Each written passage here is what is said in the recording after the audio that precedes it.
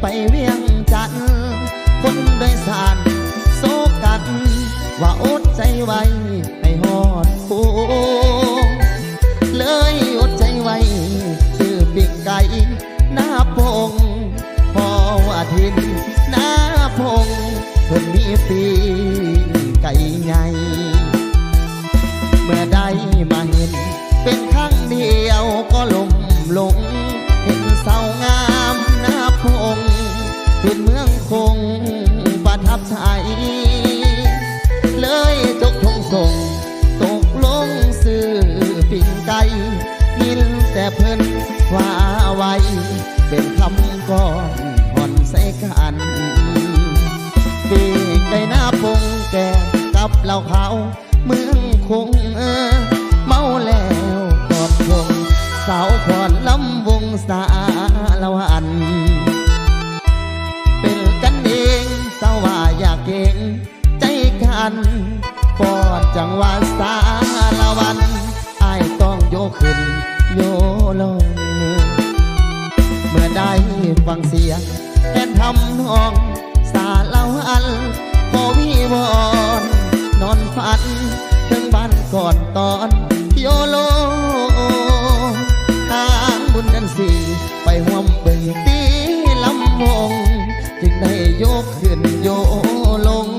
กับสาวหน้าปงดินสาละวันได้เสร็จกระฝากให้ดังพอขากไว้เลยนะไว้ดีไว้งามไว้ตุ้ยพี่น้องเลยเอาไปดังป่าแลกกันแล้วกันเนาะ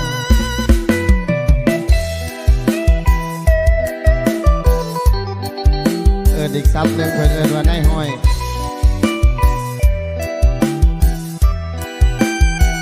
ตีใจหน้าปงแก่กับเหล่าเขา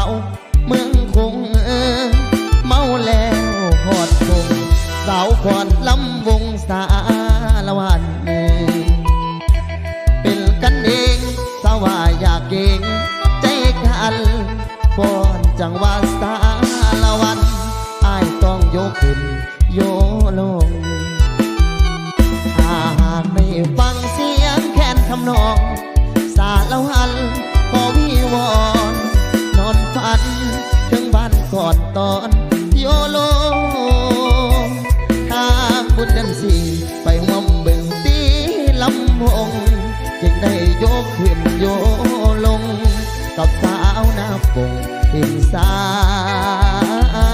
ละวัน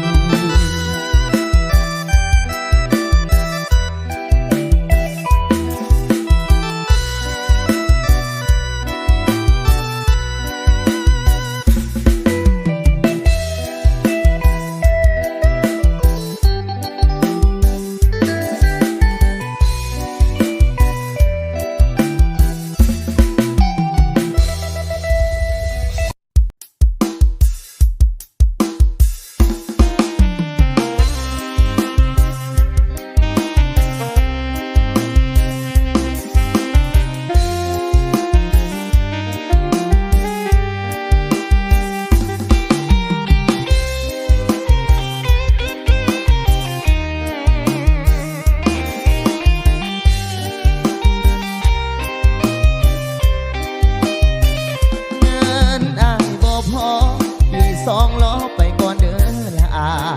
เมื่อใดอายมีเงินตราจะพาน้องขี่รถไงตอนนี้ยังจนหน้ามนต้องทนซ่อนทายบ่นางบ่หนุ่มปานใดก็ทนไปสาได้เงินคำปัญหาสำคัญคือปัจจุบันอายนั้นเงินเฟ้อยานเขาจืดซื่นเมื่อเข้าถึงน้ำย่านน้องใจอ่อนหลอกให้อายเจ็บซ้ำเสื้อใจคนงามอย่าทำให้อายเสือสูญเอาเนื้อคุ้มเล่นไว้ก่อนอย่าเฝ้าถอนใจอดทุกข์แล้วค่อยสบายดีกว่าทุกข์ในค่ายทุนเอาทนแสวงไปแข่งกับคนมีบุญห่าง อยู่ใกล้มีนุ่นขอเพียงอุ่นกำลังใจเงินอายบ่พอ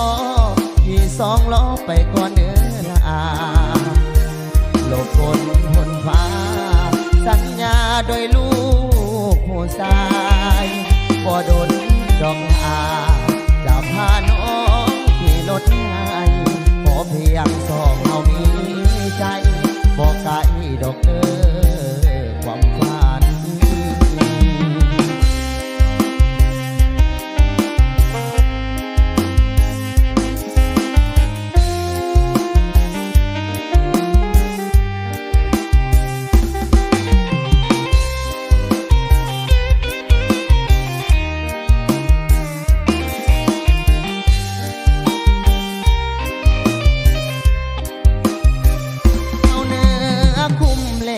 ไว้ก่อนอย่าเฝ้าถอนใจ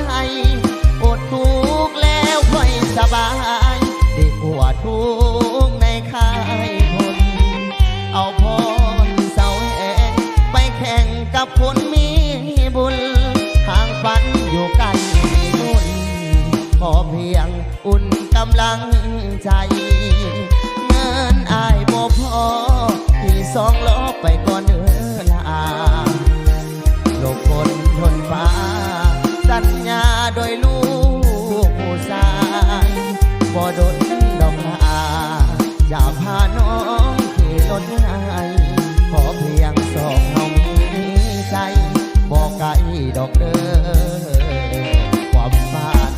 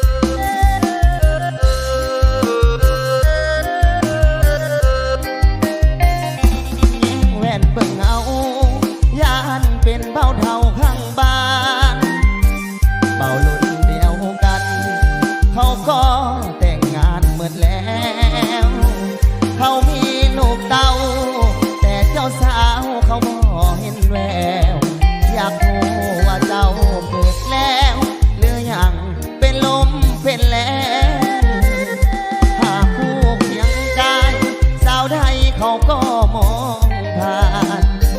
ให้จะสงสารไปหาค่าเขาเปลี่ยนแปลงสิเฝ้าไปขอให้พ่อแม่หาวันแต่งเพื่อฝันหาสาวแก้มแดงอยากมีคู่แต่งญาติเท่าเต็มที่เรื่องให้บ่รอก็พอไปวัดไปว่าสาวได้มาเป็นพันยาทับพองว่าน้องจะสุขีอ้อมใจอ้อมแขนไอ้คอยสาวคนใจดีไอ้อยากแต่งงานที่นี้ย่านเท่าอีลีคอยคู่อยู่นานบอกเคยมีแฟนนำเขาลงสาวบอกเก่งจึงเอาเสียงเพลงอ่อนสาวขอความสัมพันธ์หวังว่าคงมีสาวใจดีเมตตาสงสารอย่าปล่อยให้อ้ายคอยนานมาแต่งงานกันหน้าหนา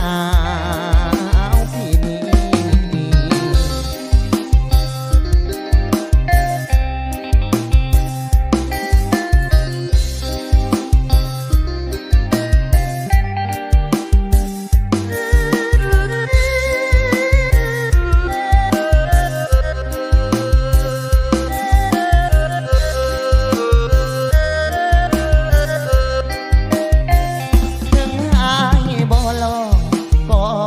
ไปวัดไป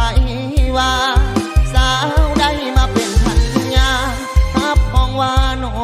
งจะสุขีอ้อมใจอ้อมแขนไอ้คอยสาวคนใจดีไอ้ อ้อยากแต่งงานปีนี้ย่านเฮาอีลีคอยคู่อยู่น้ำบอกเคยมีแฟนนำเขาลงสาวบอกกิ่งจึงเอาเสียงเพลงอ้อนสาวขอความสัมพันธ์หวังว่าคงมีสาวใจดีเมตตาสงสารอย่าปล่อยให้อ้ายคอยนานมาแต่งงานกันหน้าหนาวที่นี่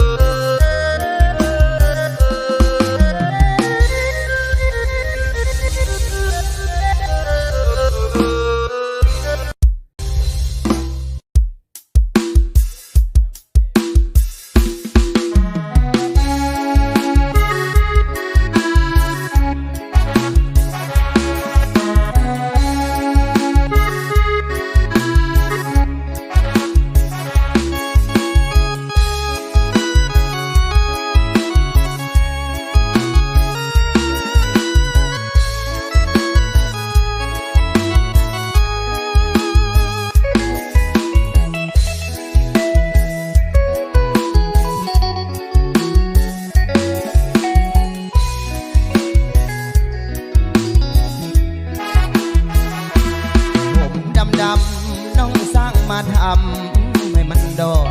บางคนก็งามเป็นบอดโอ้ยน่าสะออดเมื่อยามเห็นเพิ่งเป็นคนลาวแก้มขาวนอนเนื้อเย็นผมสีดำบอกค่อยเห็นนึกว่าเป็นคนต่างแดนผมดำน้องยอมสีทองแบบเมืองนอกแล้วมันงามอยู่ดอกแต่มันก็ตำลาบ้านเขายามน้องเมาจาก็เป็นภาษาแบบเล่าน้องเอ๋ยอย่าลงมัวเมาเมื่อเจ้าสาวอายหนุ่มผมยองนี่ของลาวก้าวผมเบี่ยงแพ้เคยมีมาตั้งแต่น้องอย่าไปแห่สังคมบ้านเขาเรื่อง22ของ14ประเพณีลาวแม้แต่ของกินกับข้าวยังมีลาบเผาบนปลาดุกนาผมดำไอ้ว่ามันงามเป็นหนึ่งเบิ่งแล้วมันงามซาบซึ้งใจลำพึงสาเนมาเขาเป็นคนลาวน้องแก้วตาอย่าลงสีแสงน้องอย่าไปลงคงแดงน้องลาคำแพงอย่าลืมปุ่มดำฝากไอ้เจ้าผู้สาวผมทองกันแล้วกันเด้อ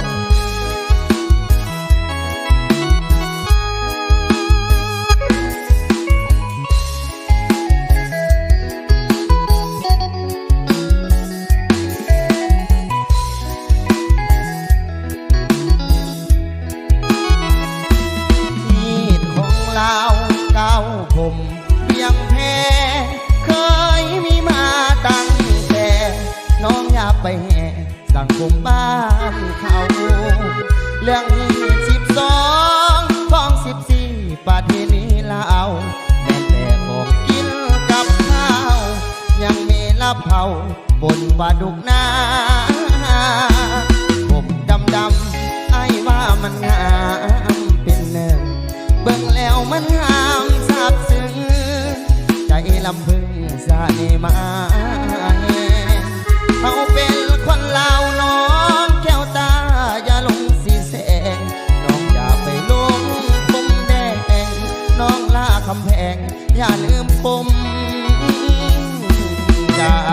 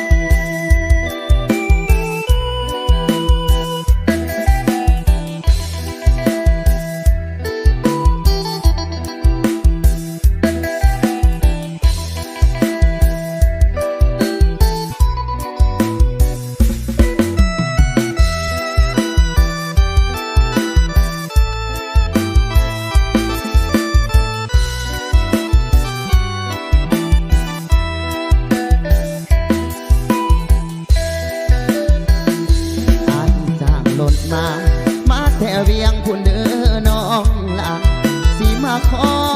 ขวัญตาสาวโสภาอยู่เมืองสวรรค์เอาพ่อเอาแม่เอาเท่าแก่มาเป็นพยานแม่อยากได้โลกไฟสวรรค์คือสิดูคือสิมัน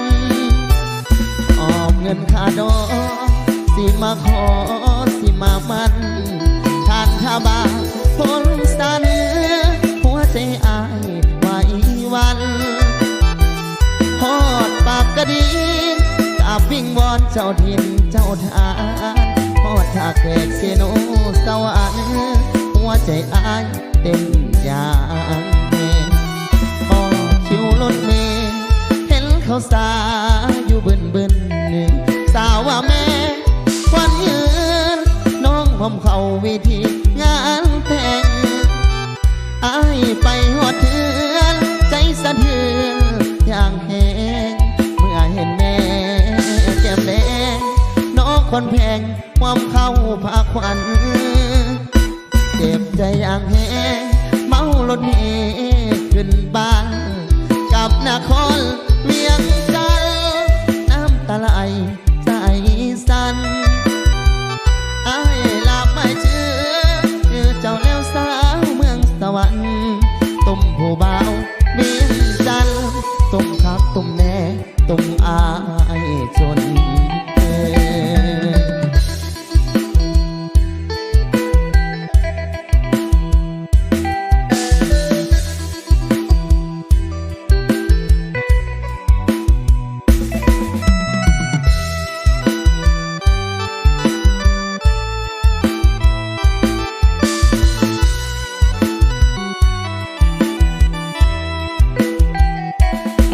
คิวรถเมล์เห็นเขาสาอยู่บึนสาวว่าแม่ควันยืนน้องหอมเขาพิธีงานแต่งอายไปหอดเถือนใจสะเทือนอย่างแหงเมื่อเห็นแม่แจ่มแดงน้องคนแพงหอมเข้าพาควันเต็มใจอย่างแหงเมารถเมล์ขึ้นบ้านกับนครเวียงจันทร์น้ำตาไหลใจสั่นอายลาไม่ชื่อเจ้าแล้วสาวเมืองสวรรค์ตุ่มผู้บ่าวเวียงจันทร์ตุ่มคักตุ่มแน่ตุ่มอายสนเปิด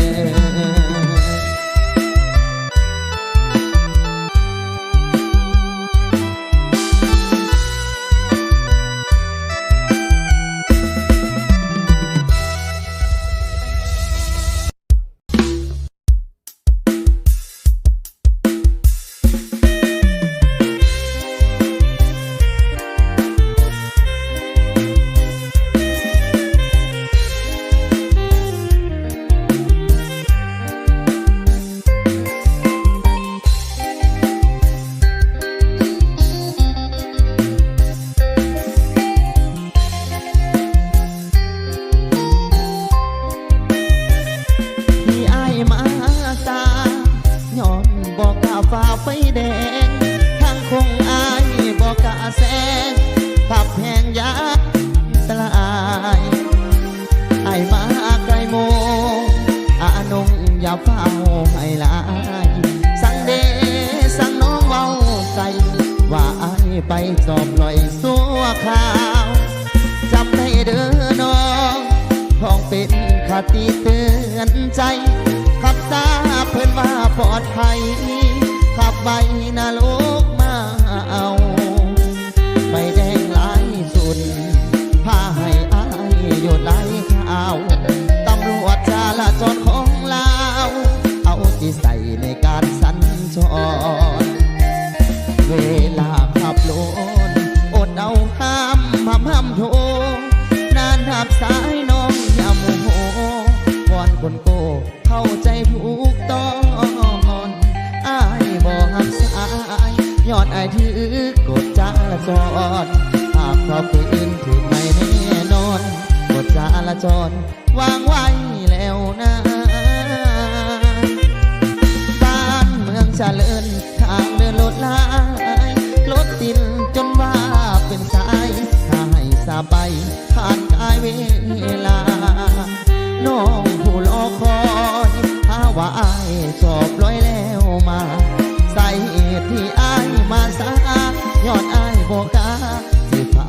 แดง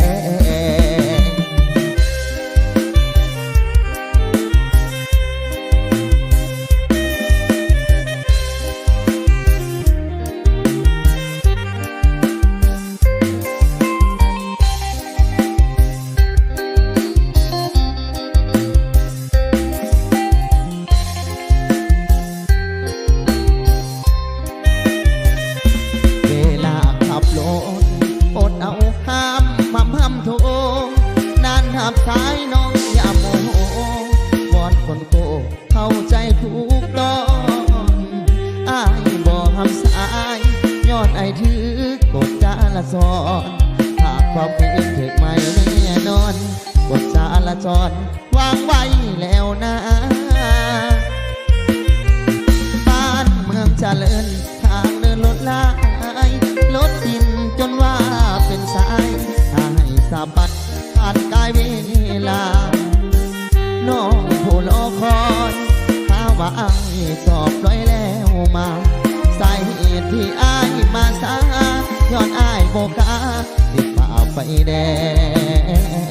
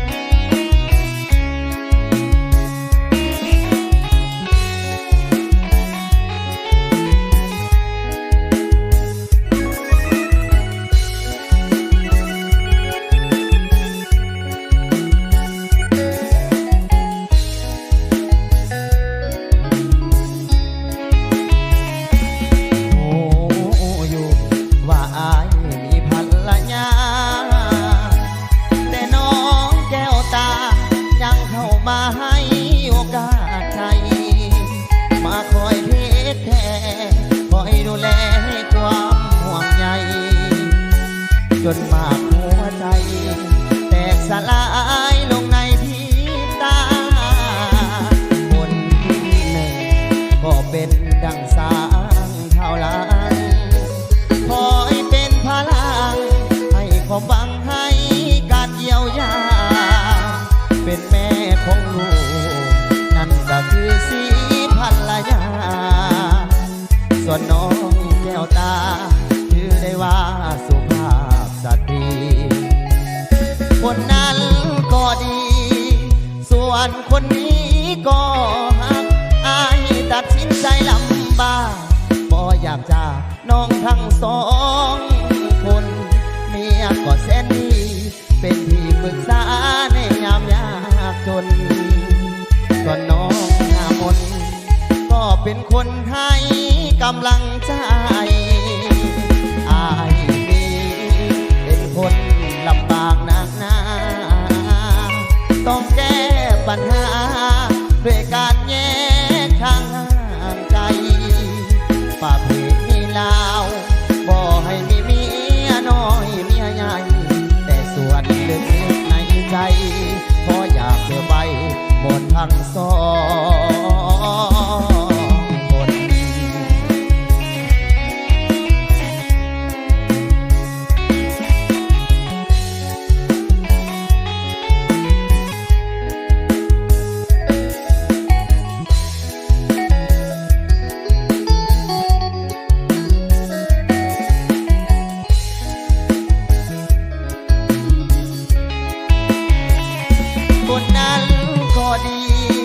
ส่วนคนนี้ก็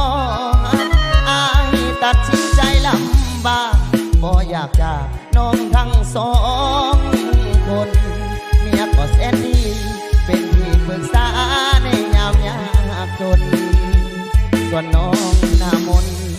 ก็เป็นคนให้กำลังใจอ้ายนี้เป็นคนลำบากหนักหนาต้องแก้ปัญหาด้วยการแยกทางห่างไกลฝ่า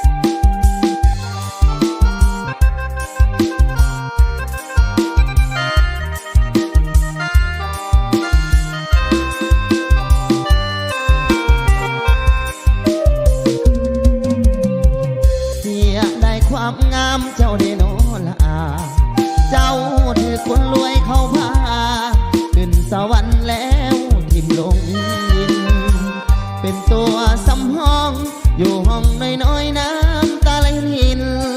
เจ้าเบิดอะไรใต้ดินถึงเขาถิ่มก็ยังมีเสียได้ความดีที่มีให้เขาแต่ผลตอบแทนในเจ้าได้แต่น้ำตาลินไหลกับความขมขื่นเพื่อนลาขี้ที่เขาทิ่มไว้ฐานะอายคนเงินไกลห่วงใยเจ้าทุกนาทีสิ้นคมสาวแต่เจ้ายังบ่สิ้นใจขันน้องบ่ลังเกียดอายออกข้างซ้ายอายยังคอยคนนี้สิเอาเทียงนาแทนตึกสูงยาใจให้ฟรีเอาหลังควายแทนรถเก๋งขี่ตามวิธีชีวิตคนจนเสียใจที่เหลือยังมีความหมายลาคีปนเปื้อนสวงในจะเอาน้ำใจล้างแหนน้ำมนถึงเจ้าให้ค่า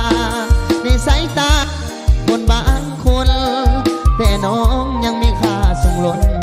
สำหรับคนจนเจ้าคือนางฟ้า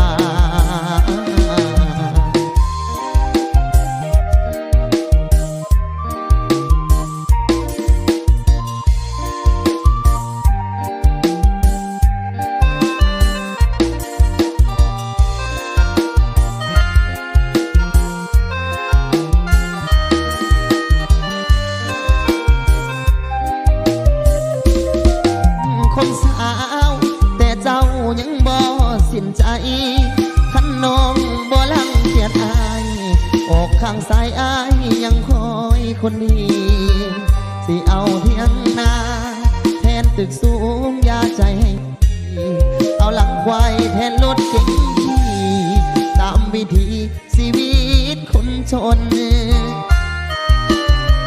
เสียใจที่เหลือยังมีความหมายลาคีปนเปื้อนสวงใน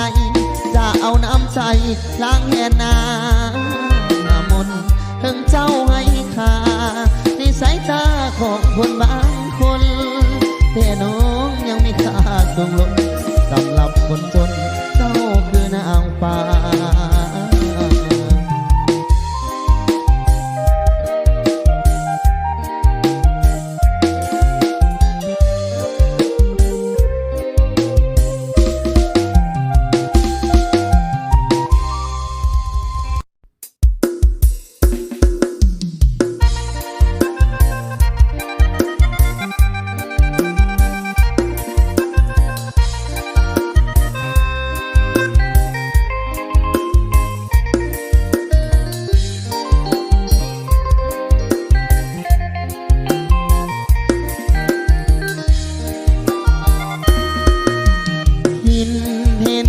ใจแฟนใหม่อยู่บ่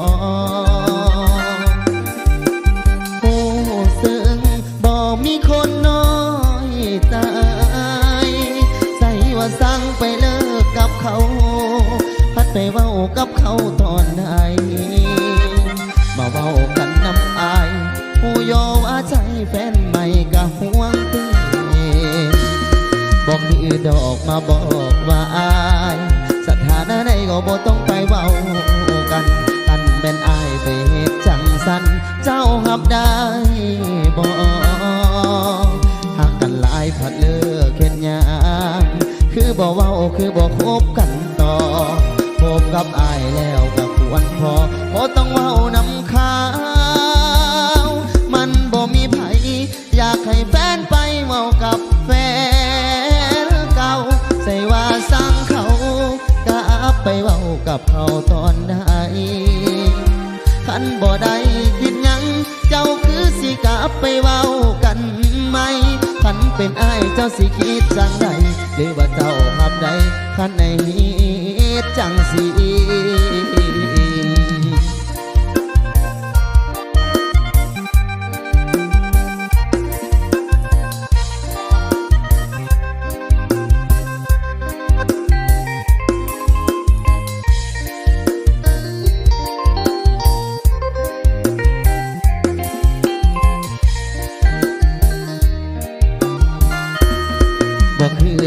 มาบอกว่าอาย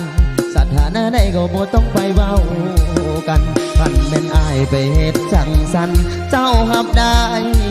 บ่หากกันหลายผัดเลิกเฮ็ดงานคือบ่เว้าคือบ่พบกันต่อพบกับอายแล้วอยากทวนพอบ่ต้องเว้านำข้าวมันบ่มีไผอยากให้แฟนไปเว้ากับแฟนเก่าใส่ว่าสั่งเขากลับไปเว้ากับเขาตอนใดขันบ่ได้คิดหยังเจ้าคือสิกลับไปเว้ากันไหมขันเป็นอ้ายเจ้าสิคิดจังใดหรือว่าเจ้าห้ามใดขันในเหตุจังสิขันเป็นอ้ายเจ้าสิคิดจังใดหรือว่าเจ้าห้ามได้ขันไอ้เหตุจังสิ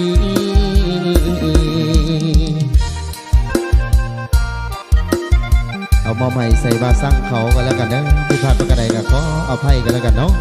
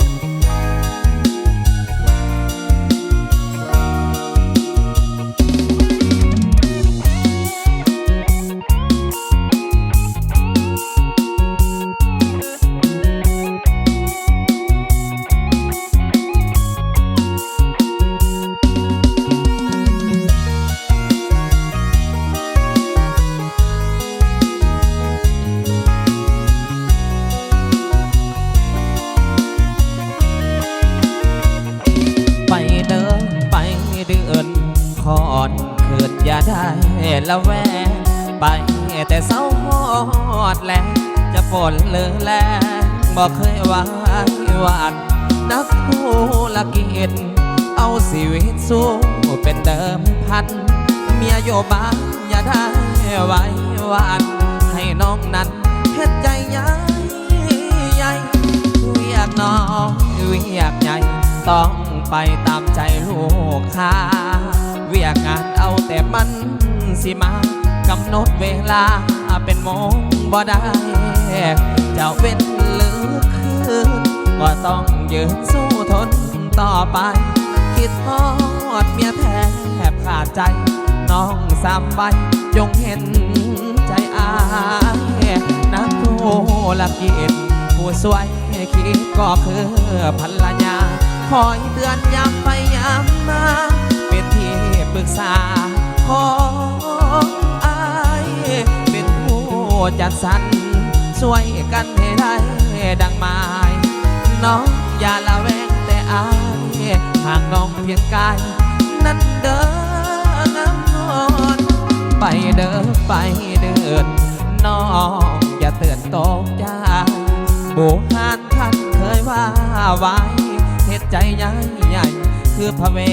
สสันดรหัวธุรกิจบอกเคยคิดนอกใจงามงอนเมียอยู่บ้านอย่าได้สั่นคลอดเถิงยามนอนหัวกอดมอนแทนเมีย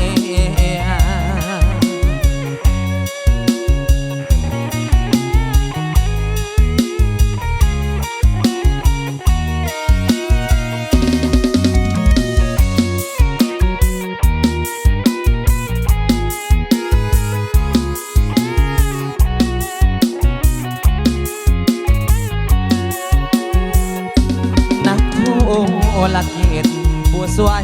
คิดก็คือภรรยาคอยเตือนย้ำไปย้ำมาเป็นที่ปรึกษาของอาย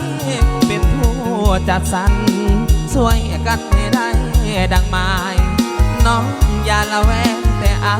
ยหากน้องเพียงกายนั้นเดินน้ำนอนไปเดินไปเดินน้องอย่าเตือนตกใจโบราณท่านเคยว่าไว้เหตุใจใหญ่ใหญ่คือพระเวสสันดรหัวธุ ละเกียดบอกเคยคิดนอกใจงามงอนเมียอยู่บ้านอย่าได้สั่นคอเถิงยามนอนผัวกอดหมอนแทนเมีย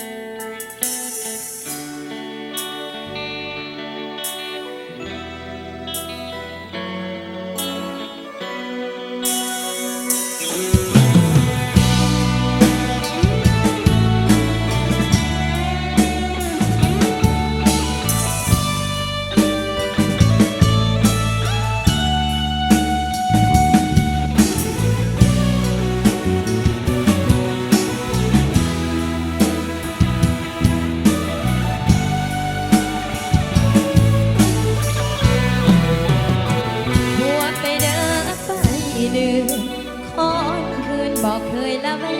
งไปแต่เศร้าอดแลงจะฝนหรือแรงบอกเคยไว้วันเมียนะทุละคิดบอกเคยคิดพอเข้าใจกันเมียอยู่บ้านบอกเคยไว้วันพอน้องนั้นเป็นคนใจใหญ่เวียกน้อยเวียกใหญ่หัวไปตามใจลูกค้าเวียกงานเอาแต่มันสิมากำหนดเวลาเป็นโมงบ่ได้จะเป็นเหลือเกินหัวต้องเบินสู้ทนต่อไปคิดทอดก็ต้องทำใจถูกลมหายใจน้องมีเพียงหายนักธุรกิจผู้ช่วยคิดก็คือภรรยาคอยเตือนอย่าไปอยากมาเป็นที่ปรึกษาช่วยอายเป็นผู้จัดสรรช่วยกันให้ได้ดังหมายบอกให้ละแวกต่ออายห่างกันเพียงกายนั้นดังงามงอนไปเด้อไปเดือเมียบอกเคยตื่นตกใจบูหานท่านเคยว่าไว้จะเหตุใจใหญ่ใหญ่คือพระเวสสันดรเมียนักธุรกิจบอกเคยคิดนอกใจงามงอนเมียอยู่บ้านบ่ได้สั่นโคนถึงยามนอนเมียกอดหมอนแทนอาย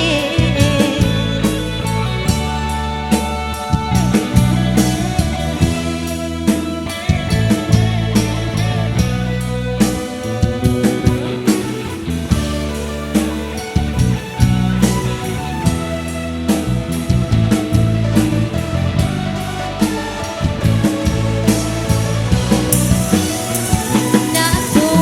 รกิจผู้ช่วยคิดก็คือภรรยาคอยเตือนอย่าไปยามมาเป็นที่ปรึกษาช่วยอายเป็นผู้จัดสรรช่วยกันให้ได้ดังหมายบอกให้ละแวกต่ออายห่างกันเพียงกายนั้นดังงามงอนไปเด้อไปเดือเมียบอกเคยตื่นตกใจหมู่หานท่านเคยว่าไว้จะให้ใจใหญ่ใหญ่คือพระเวสสันดรเมียนักธุรกิจบอกเคยคิดนอกใจงามงอนเมียอยู่บ้านบ่ได้สั่นโคนถึงยามนอนเมียกอดหมอนแทนอาย น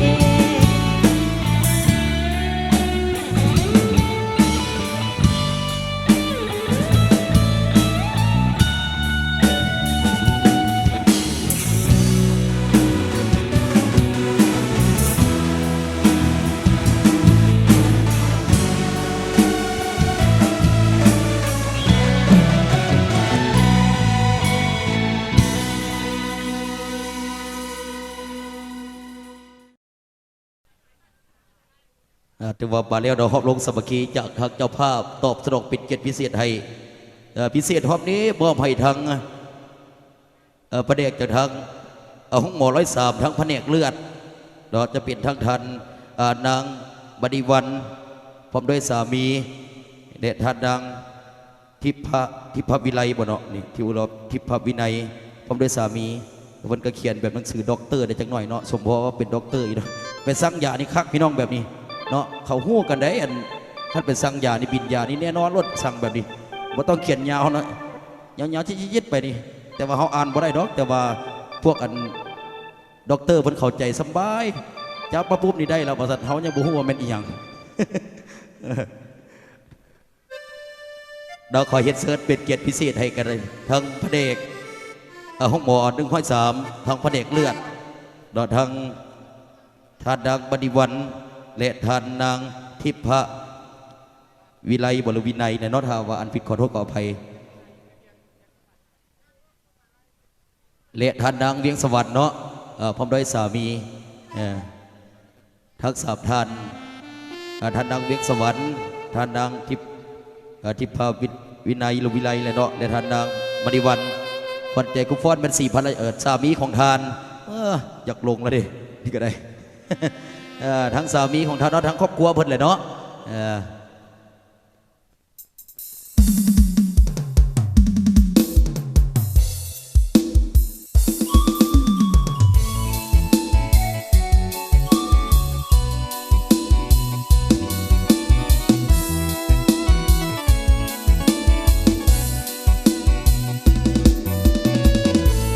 เจอกันแล้วกัน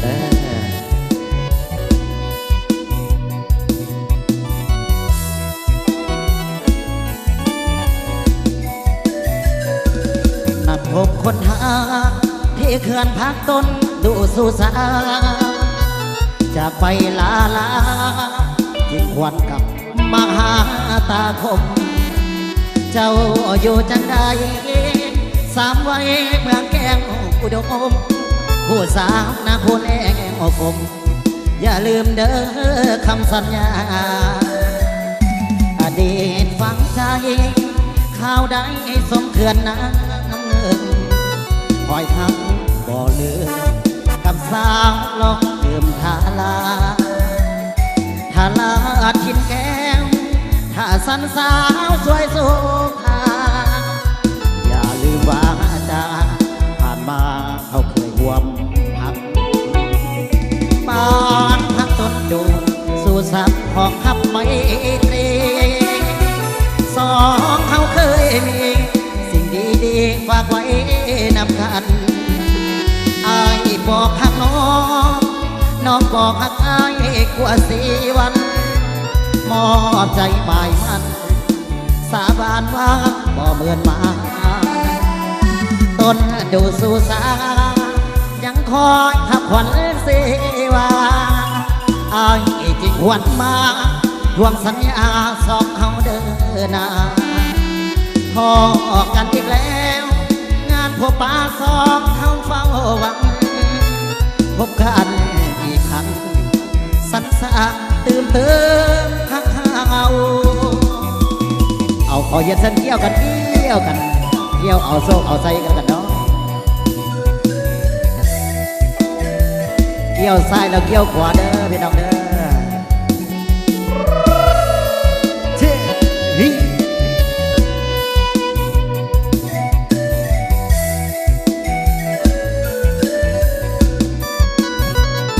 บางพักต้นดู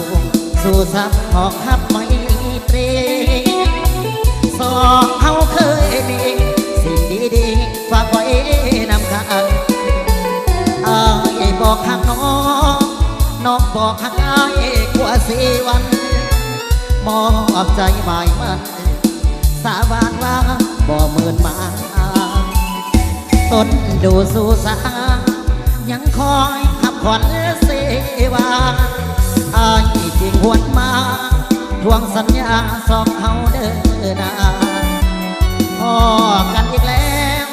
งานพบปะสองเขาเฝ้าหวังพบกันอีกครั้งสันสะตื่นข้างเขา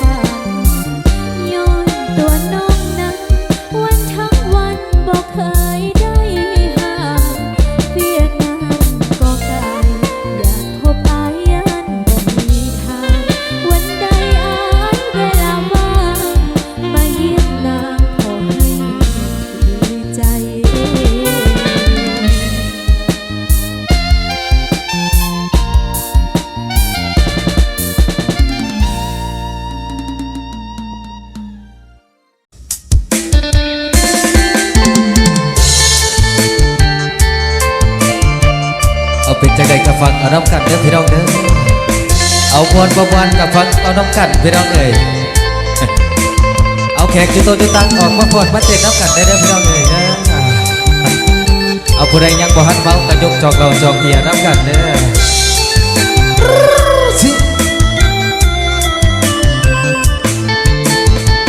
มีหาข้างในหัวใจของเธอเมื่อน้องมีสายแล้วนางเปลี่ยนใจเลิกลาข้างหนึ่งข้างสองก็พอทนไว้แก้วตามาถึงข้างสี่นาสิ้นความเมตตาเห็นใจให้ข้าวในหน้าส่งน้องเฮียงคู่เพื่อให้น้องสมตรูได้เป็นคู่อยู่เฮียงเคียงอายพอเฮียงจบแล้วแก้วตาก็มีหลายใจ มีแฟนรถเก่งคันใหญ่เรื่องชายผู้อยู่บ้านนาเขาว่าอกหักยังใครกว่าหักบ่เป็นคำนี้มันแสนลำเค็นได้พบเห็นเกือบใจพวงมาสูญเสียแล้วต้องมาสูญเสียน้ำตาถึงลวงจากสาวปริญญา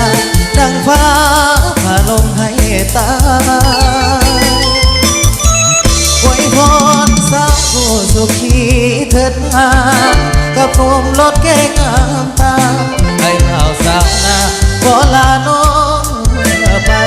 บุญอายบ้านน้อยน้อยจนบ่สมสาวไว้อกหักครั้งนี้วันไหว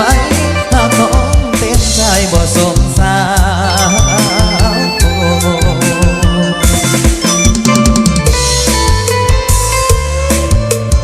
เอาเกี่ยวกันเด้อพี่น้องเกี่ยวกันเด้อ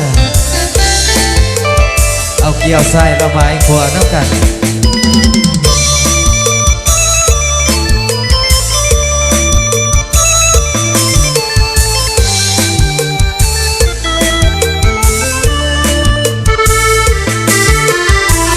เขาว่าอกหักยังใครกว่าบ่เป็นคำนี้มันแสนลำเค็นได้พบเห็นเกือบใจพวงมาสูญเสียเงินแล้วต้องมาสูญเสียน้ำตาถึงลวงจากสาวปริญญาดังฟ้าผ่าลงให้ตายอวยพรสาวผู้สุขีเถิดงามกับหนุ่มรถเก๋งงามตาให้บ่าวสาวนาขอลาน้องไปบุญอายมันน้อยน้อยจนบ่สมสาวมันอกหักครั้งนี้วันไหวหากน้องเต็มใจบ่สมสาว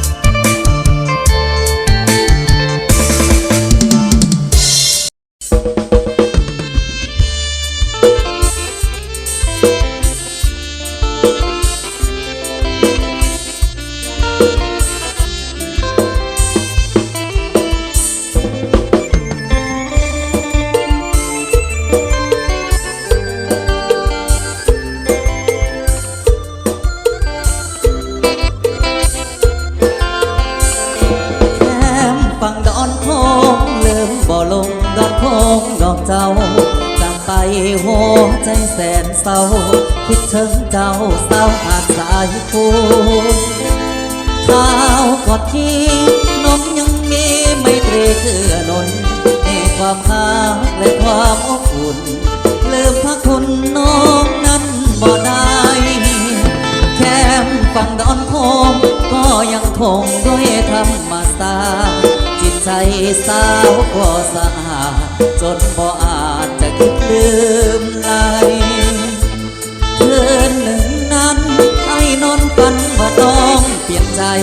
เขาวิวากับคนหางใหม่ไอ้เสียใจตลอดทั้งคืนเคยพายเรือเรียบล้อดอดอวรสุดซึ้งกลางแสงจันทร์เตะป่าขึ้นหนึ่งสะเทือนถึงแนวกายยา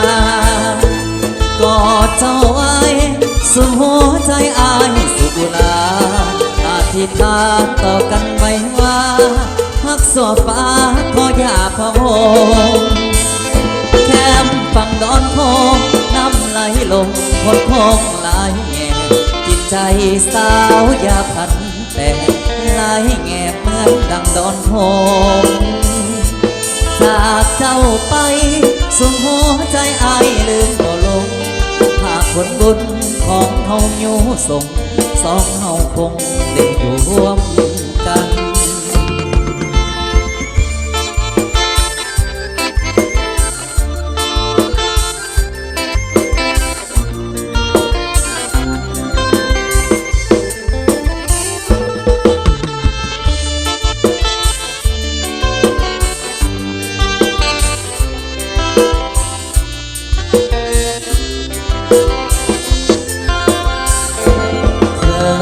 ายเรือเรียบล้อดอนอาวรสุดเสริมกลางแสงจันทร์เตะป่าขึ้นเนินสาบเสื่อมตึกแม่กายงากอดเจ้าไว้สุดหัวใจอายสุดกุลาอาธิษฐานต่อกันไว้ว่าหักสัวป่าเขาอยากพะวงแคมฝั่งดอนโพงน้ำไหลลงคดโค้งหลายแง่จิตใจสาวอย่าพันแปรหลายแง่เหมือนดังดอนโพงจากเจ้าไปส่วนหัวใจอายลืมบ่ลงหากผลบุญของเขาอยู่ส่งสองเฮาคงได้อยู่ร่วมกัน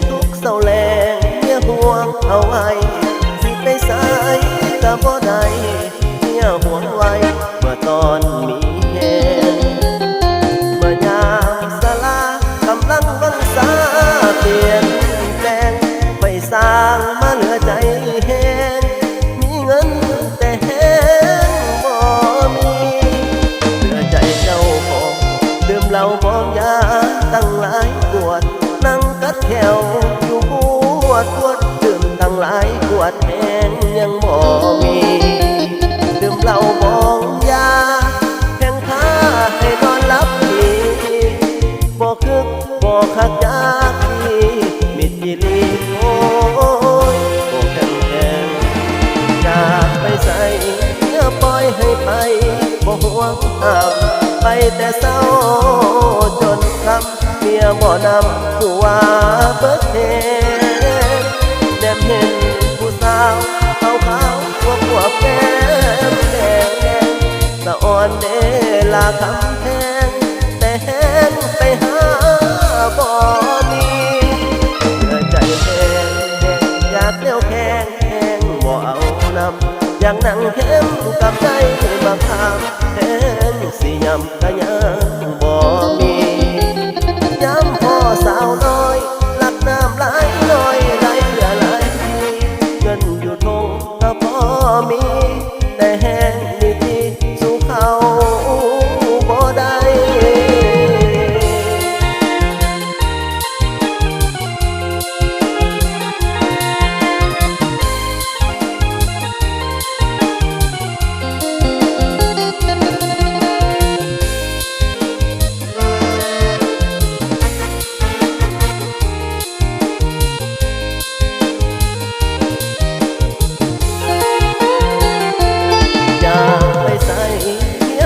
ให้ไป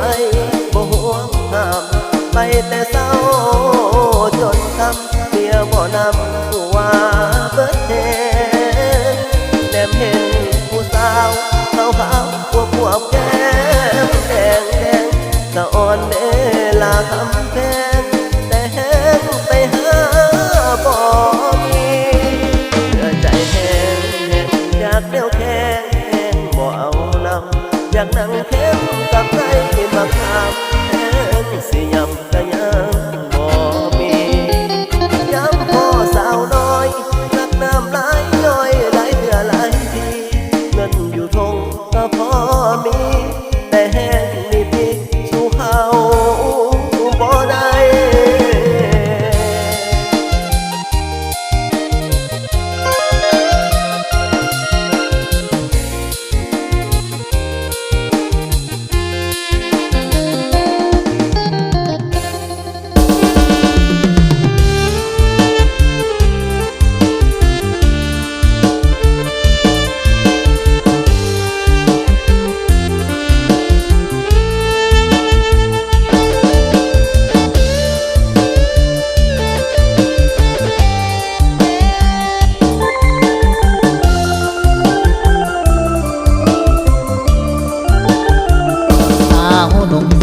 ดำอายแนมน้ำตั้งหลายเถื่อบ่ได้แนมตั้งแต่เสือน้องงามบ่เบื่อสาวนุ่งเสื้อดำเสื้อเกี่ยวเสื้อลายไปว่างามหลายก็ตามแต่อายไม่คิดอ้ำลับน้ำสาวเสื้อดำบ่มียามเศร้าคือว่าจังใดบ้านอยู่ใสบอกอายแดงพอได้ไปยามไปแวะเห็นหน้าพ่อแม่เพื่อถามข่าวมีแฟนหรือยังหรือห้องใจนายังว่างเปล่ากรุณาเถิดน้องสาวขอให้น้องเว้าอย่างเปิดใจหนุ่มเสื้อดำสร้างบางามแท้เดลาขอจับเบิ่งแน่ควันตาน้องซื้อมาราคาเท่าใดจับเสื้อน้องสีบอดแต่ต้องถึงข้างในหากว่าน้องมังลายที่ซื้อมาให้อีกจัก3 คืนสาวหนุ่มเสื้อดำให้ขอน้ำเมื่อส่งสิได้บ่น้อหิวกงบ้านท่าบ้านทงอายกะบ่ถึงหากน้องสนใจไอ้นี่สิไปเป็นมือปืนป้องกันทั้งเว้นทั้งคืนบ่ให้ไปฝืนมากวนใจนา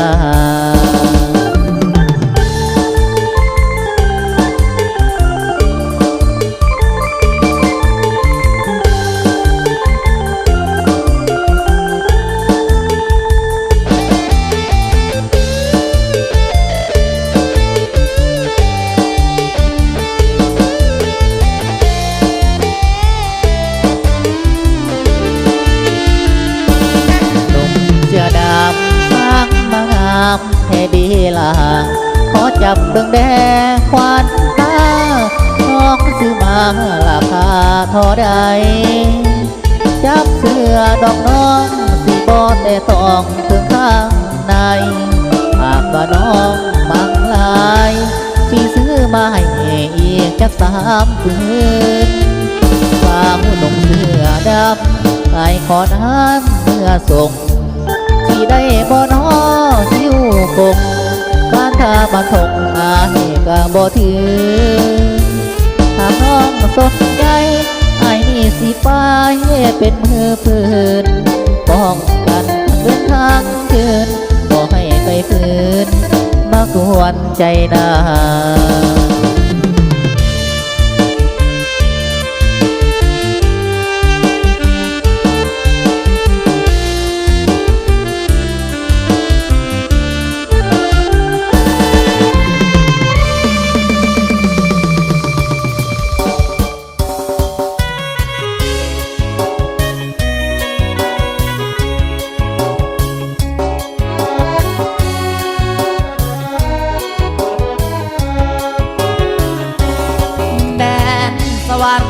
ดินแดนของคนลำรวยเท่านี้เลยสวยเมื่อเสียแฟนในแดนแห่งนี้น้ำลืมที่สองแดนสวรรค์ของคนทั้งมีแฟนเอามาหลายปีพวกหนุ่มเศรษฐีน้องก็เปลี่ยนใจก่อนเจ้าไปเหตุการณ์อยู่แดนสวรรค์น้องให้คำมั่นสัญญาว่าสิบ่หาใครแต่แล้ววันนี้คนดีก็มีหลายใจลืมสัญญาที่เคยให้ไว้ยามพอคนใหม่เปลี่ยนใจลืมลาน้องโทรมาบอกมาลาว่าเสียผัวขอปานมาฟ้าเผาหัวผู้ตาเมื่อมัวเมื่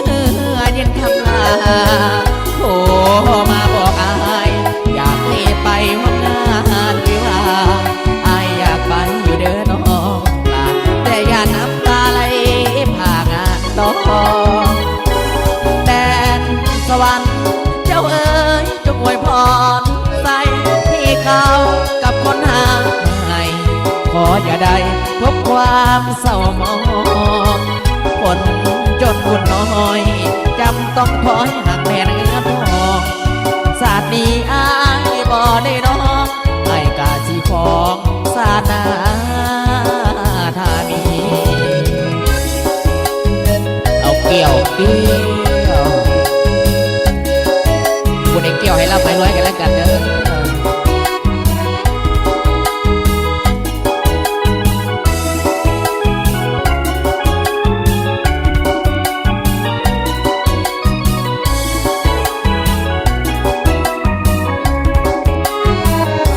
น้องโทรมาบอกมา